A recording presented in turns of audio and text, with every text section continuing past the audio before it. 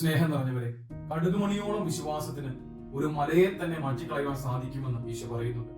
ജീവിതത്തിലെ പ്രശ്നങ്ങളുടെയും ക്ലേശങ്ങളുടെയും സഹനങ്ങളുടെയും ഒക്കെ മലയുടെ മുൻപിൽ നമ്മൾ പകച്ചു നിൽക്കുമ്പോൾ അതിനെ തരണം ചെയ്യുവാൻ നമ്മുടെ വിശ്വാസം കൊണ്ട് നമുക്ക് സാധിക്കും. ലൂക്ക 1:37 വചനം പറയുന്നുണ്ട്, ദൈവത്തിനൊന്നും അസാധ്യമല്ല.